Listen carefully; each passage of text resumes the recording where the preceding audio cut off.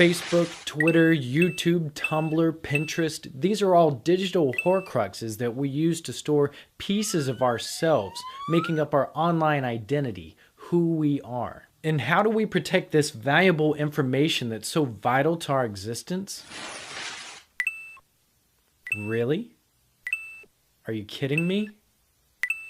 By the end of this video, you're going to see how easy it is to crack simple passwords like these.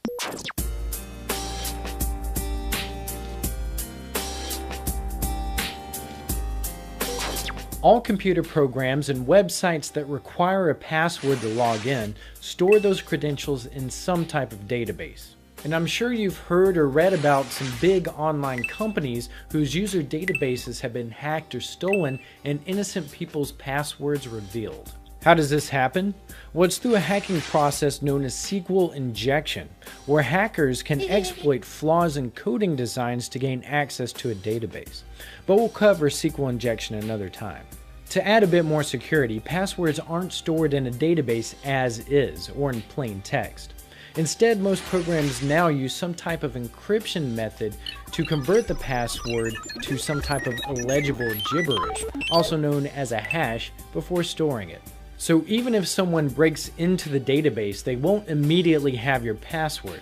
All they'll have is gibberish. Some of the most popular types of hashing algorithms are NTLM, which is used by Windows, MD5, and SHA-1. To see a couple of these in action, you can visit this website and then just enter in a string to see what each algorithm converts it to. But as I'm about to show you, even these hashes are hackable.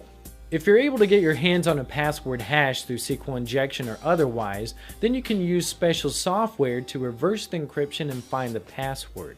One of the more popular types of password cracking programs is Enable, which you can download from here. Once it's installed and launched, you'll see tons of different hacking tools, but the one we're going to focus on is under the Cracker tab, which is used for cracking passwords. On the left, you'll see a list of different types of hashing algorithms. Let's select NTLM hashes, for example, which is what Windows uses to encrypt passwords. To import hashed passwords, click on the plus sign and select the first option to import hashes from all the users on your current computer. Otherwise, you can import hashes from a text file or a database file, and then click Next. A list of all the accounts on the system will pop up, and our area of interest will be the NT password column. If it says empty, that means there isn't a password on the account. If it's blank, then it has a password. So right-click on the account that you wish to crack, and it will give you different cracking options: dictionary, brute force, and cryptanalysis attacks. A dictionary attack reads from a list of preset passwords to try. If you go to this website, you can download a list of the 10,000 most commonly used passwords. And then select the dictionary attack in Enable, choose NTLM hashes, and then right-click in the dictionary box to add this file to your list.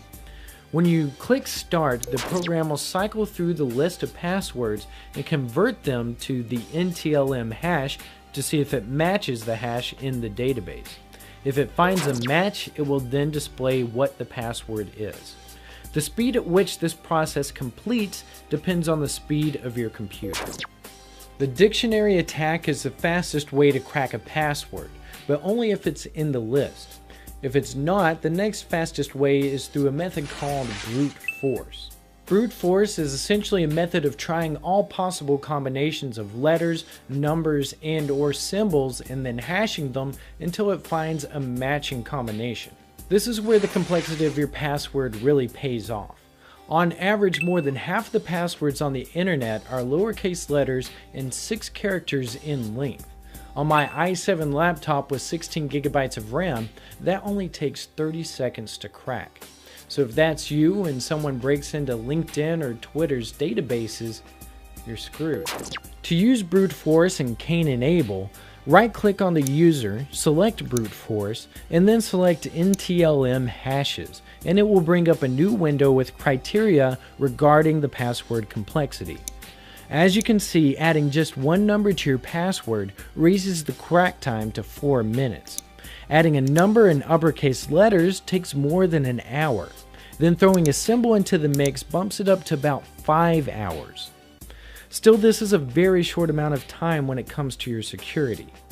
But if you include all those characters and then increase the length of your password to say 10, the time to crack it increases exponentially. In this case, it'll take about 18,000 years. Now that's more like it. Brute force is the most common means of password cracking.